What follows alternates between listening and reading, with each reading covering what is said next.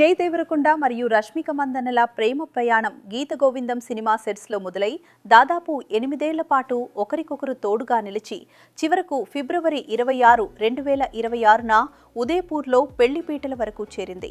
వీరిద్దరి మధ్య ఉన్న అనుబంధం కేవలం సహనటులుగానే కాకుండా కష్టసుఖాల్లో అండగా నిలిచే ప్రాణ స్నేహితులుగా ఎంతో బలంగా మారింది.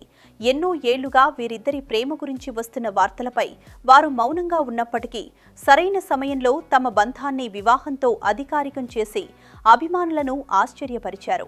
ఈ సుదీర్ఘ నిరీక్షణ తర్వాత ఒక్కటైన క్షణం వారిద్దరికీ మాత్రమే కాక వారిని ఆరాధించే కోట్లాది మంది అభిమానులకు కూడా ఒక మధురమైన జ్ఞాపకంగా మిగిలిపోయింది.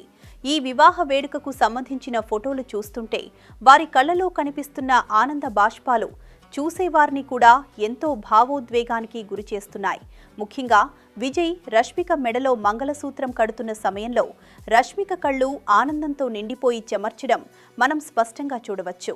సంవత్సరాల తరబడి దాచుకున్న ప్రేమ, ఎన్నో జ్ఞాపకాలు ఒక్కసారిగా పెళ్లిపీటలపై గుర్తొచ్చినట్లుగా ఆ ఫోటోలు ప్రతిబింబిస్తున్నాయి.